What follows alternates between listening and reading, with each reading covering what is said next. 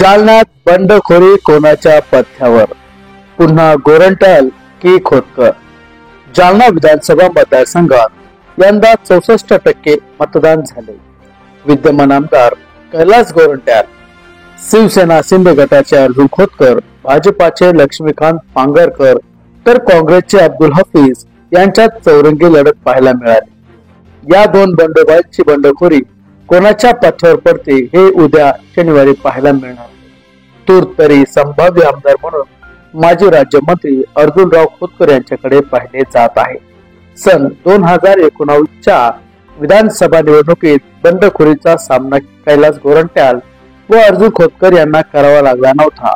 मात्र वंचितचे आव्हान उभे होते. आता बंडखोरासह जरांगे फॅक्टरचा सामना या उभयांना करावा लागणार आहे. सन 2019च्या निवडणुकीत 56.8% इतके मतदान झाले होते.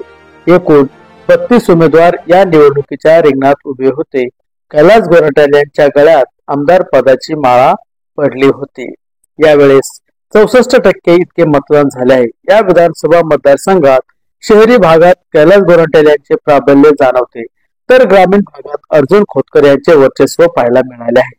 सध्या शहरी भागात बंडखोर अब्दुल हफीज व लक्ष्मीकांत पांगरकर यांनी अपक्ष म्हणून निवडणूक लढवली. ते कोणाचे मत घेतात यावरून कोणाचा विजय सुकर होईल हे स्पष्ट होणार आहे. लक्ष्मीकांत पांगरकर हे भाजपाचे जिल्हा पदाधिकारी आहेत. जालन्याची जागा महायुतीत शिंदे गटाला शिवसेना सुटली. मात्र रावसाहेब दानवे यांच्या पराभवाचा ठपका अर्जुन खोतकर यांच्यावर ठेवण्यात आला होता. त्यामुळेच भास्करराव दानवे यांनी आपला उमेदवारी अर्ज सादर केला होता. परंतु त्यानंतर दिलजमाई होऊन प्रचारात अर्जुन खोतकर यांच्या सोबत रावसाहेब दानवे दिसून आले.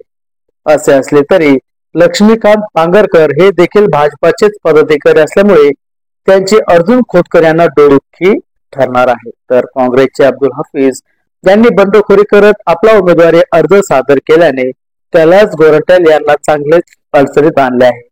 काँग्रेसचे हक्काचे मुस्लिम मत यांची विभागणी झाल्यास अप्रत्यक्षपणे अर्जुन खोतकर यांनाच अधिक फायदा मिळू शकतो. त्यामुळे अर्जुन खोतकर यांना वातावरण सकारात्मक बनले आहे.